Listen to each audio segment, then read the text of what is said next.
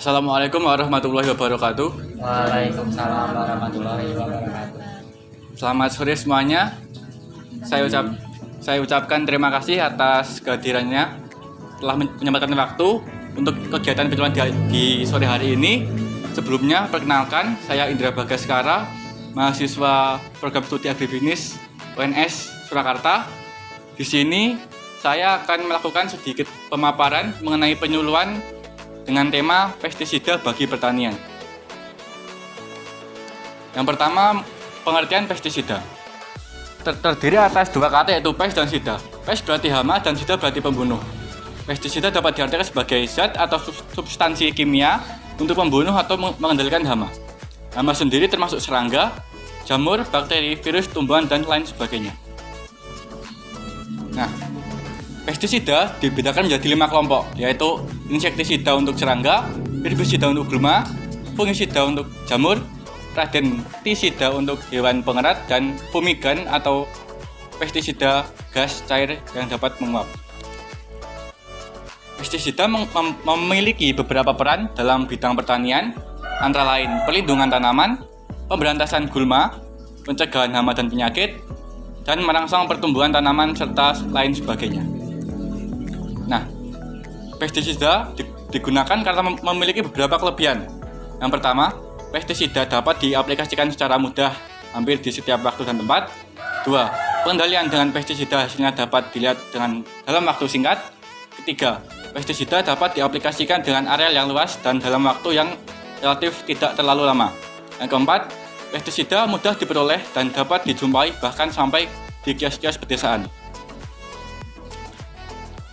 Meskipun memiliki beberapa kelebihan, namun pestisida juga memiliki banyak kelemahan. Yang pertama yaitu keracunan dan kematian pada manusia, ternak dan hewan, piaraan, satwa liar, ikan dan biota air lainnya.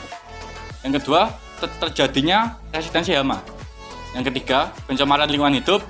Yang keempat, residu pestisida yang berdampak negatif terhadap konsumen. Yang kelima, terhambat perdagangan hasil pertanian. Yang keenam, kerusakan pada tanaman. Yang ketujuh, kematian musuh alami hama.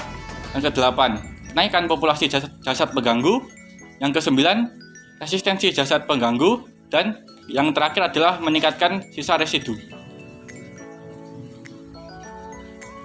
Pestisida menyebabkan pencemaran air karena pestisida yang tercecer dari penyemprotan sawah.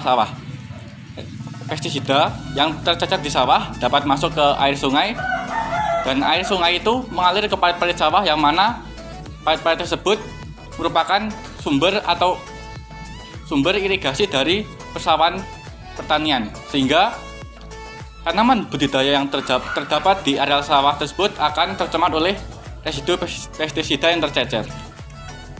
Yang kedua adalah pencemaran tanah.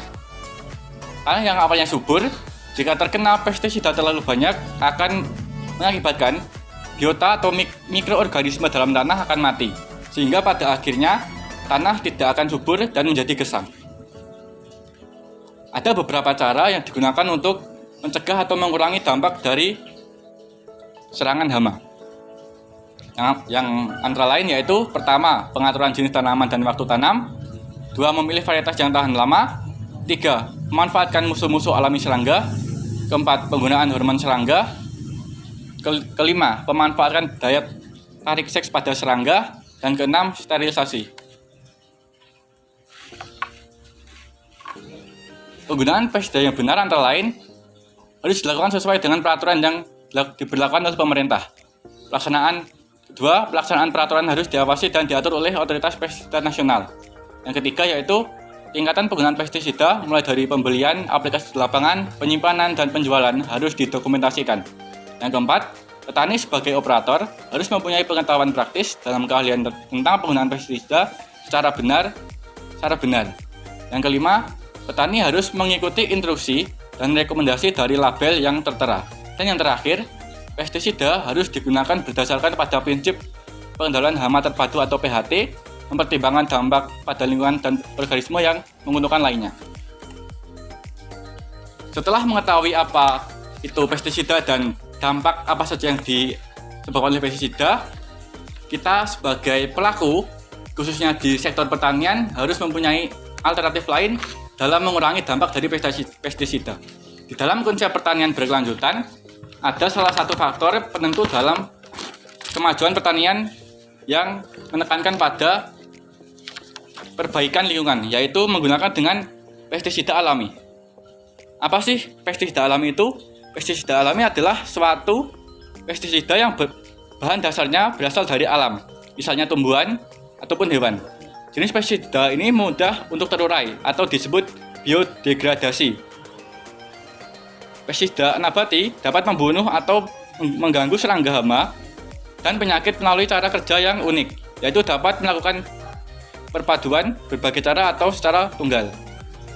Pestisida nabati sangat memiliki kelebihan dalam bidang pertanian karena dapat merusak perkembangan telur, larva, dan pupa, menghambat pergantian kulit pada hama, mengganggu komunikasi serangga, menyebabkan serangga menolak makan, menghambat reproduksi serangga betina, mengurangi nafsu makan, memblokir kemampuan makan serangga, mengusir serangga, dan menghambat perkembangan patogen penyakit. Pestisida alami dapat dibuat dengan berbagai macam benda di sekitar kita. Salah satunya adalah bahan-bahan seperti apotek hidup. Untuk lebih jelasnya bisa dilihat seperti pada video berikut.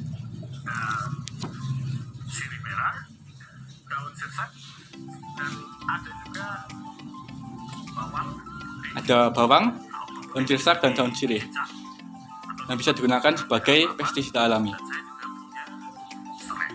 Bisa juga dilakukan dengan serai. Kita menggunakan untuk membuat pestisida nabati. Nah, beberapa bahan yang sudah saya sebutkan tadi kita lakukan dengan berbeda. Jadi misalnya daun ini saya cukup cincang halus. Setiap bahan-bahan memiliki perlakuan yang berbeda. Seperti daun itu hanya dicincang saja, untuk serai bisa dipotong-potong dengan kecil, dan cabai bisa dihaluskan dengan blender.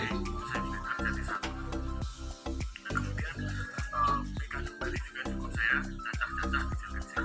Nah, yang membedakan pembuatan pestisida nabati dengan pupuk organik adalah kita sebenarnya tidak membutuhkan proses fermentasi.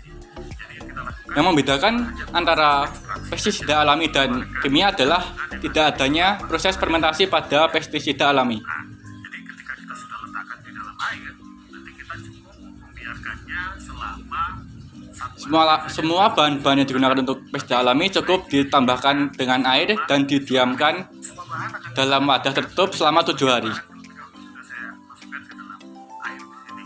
Ini kira-kira 8-10 liter.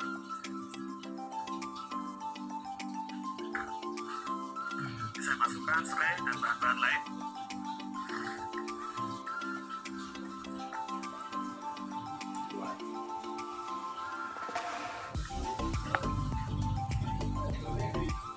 Nah, dengan bahan seperti ini akan lebih murah ketika kita membuatnya untuk skala yang lebih besar dan tentunya nabati. Nah, ketika teman-teman membuat seperti ini dan mencoba di rumah, nanti yang perlu dilakukan setelah ini jadi adalah uji dosis. Mengingat takaran yang saya buat dengan takaran yang teman-teman buat tentunya berbeda. Jadi agar Salah satu hal yang diperhatikan dalam pembuatan pestisida alami adalah dosis yang diperlukan. Semakin luas lahan areal yang digunakan, maka dosisnya akan semakin besar.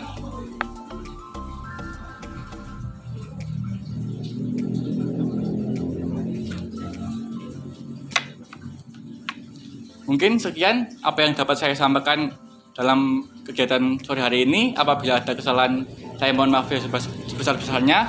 Akhirul kalam, wassalamualaikum warahmatullahi wabarakatuh. Waalaikumsalam warahmatullahi wabarakatuh.